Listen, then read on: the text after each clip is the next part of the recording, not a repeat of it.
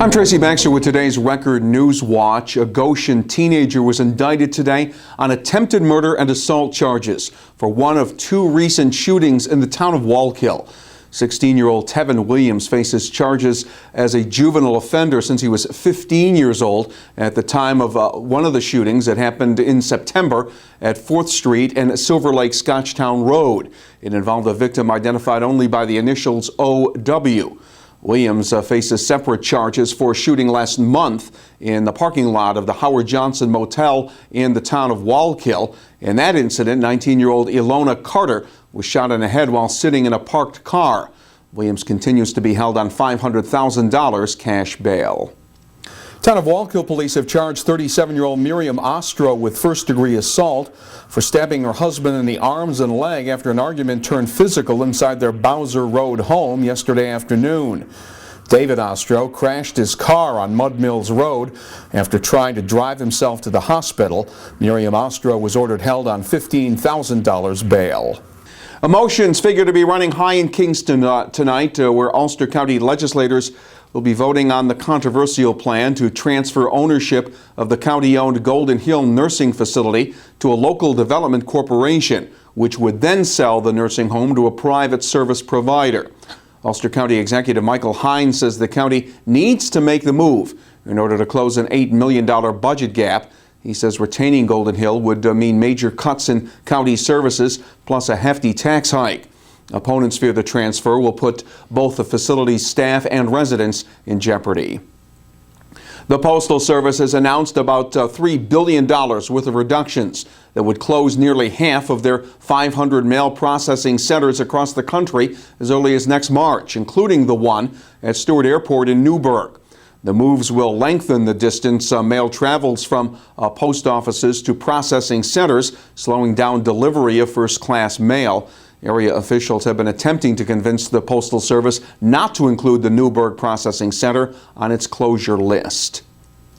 Building a non-Indian casino in the Catskills is apparently part of Governor Andrew Cuomo's economic development package aimed at closing a projected $3.5 billion shortfall in the upcoming fiscal year. Cuomo's plan includes creation of so-called destination gaming locations and reform of the state's tax code as a way to help create more jobs. The governor's plan could be presented during a special session of the legislature as early as this week.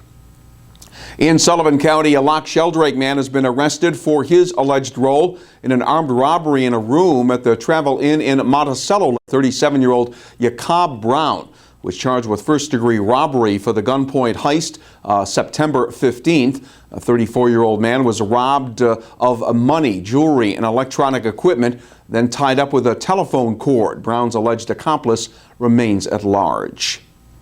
It was a labor of love for the City of Newburgh's Public Works Department this morning. Workers were on Lower Broadway putting up the city's 35-foot Christmas tree. The blue spruce was offered by New Windsor chiropractor Dr. John Terizzi. Newburgh City Councilwoman Regina Angelo selects the tree every year. Drove by when I was on my scout for a tree, riding through New Windsor development, in and out, looking, knocking on doors even to that point. And I said, I'll go back. My one last stop is going to be at the chiropractor's. And I got out of the car and I walked down in his driveway and I said, no, that's got to be the tree. Even though it's a little narrower than what we usually have, but it's perfectly shaped.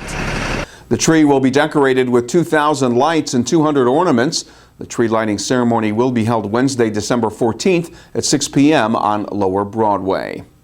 And duty, honor, country, the motto at West Point. Saturday, the phrase remember, honor, teach was also appropriate. Those words represent the mission of Wreaths Across America, an annual tribute that began in 1992 to honor those who made the ultimate sacrifice in service to our country. West Point cadets, Vietnam veterans, and civilian volunteers, including Port Jervis Middle School students, the school's wrestling team, and a Port Jervis Cub Scout pack, placed 1,800 wreaths at the tombstones of the fallen in West Point Cemetery. The wreaths had been purchased through a variety of fundraisers. Organizers say the event helps teach young people about the value of freedom and the importance of honoring those who've protected it. We're getting some kids here and the younger generation, and that's exactly it. We'd like to make sure that, quote, us older people kind of make sure we're teaching the next generation what it is and the special occasion that we need to do, and remember that, and certainly pay respects to the people that have come before us. Last year, more than 22,000 memorial wreaths were placed at 545 locations, including Arlington National Cemetery. Similar holiday season ceremonies will be held next weekend, including one at the Airport Park Veterans Memorial in Matamoros, Pennsylvania. An umbrella will probably be a good thing to carry around in your travels tomorrow. Tuesday will be a cloudy day with showers likely. It'll stay mild, though, with temperatures up around 60 degrees. Wednesday will be a little cooler with a mix of sun and clouds. The highs are expected to top out at or near 50 degrees. To find news when it breaks, keep clicking back here at Record Online and read all about the day's developments in tomorrow's Times-Herald Record. For Record Newswatch, I'm Tracy Baxter.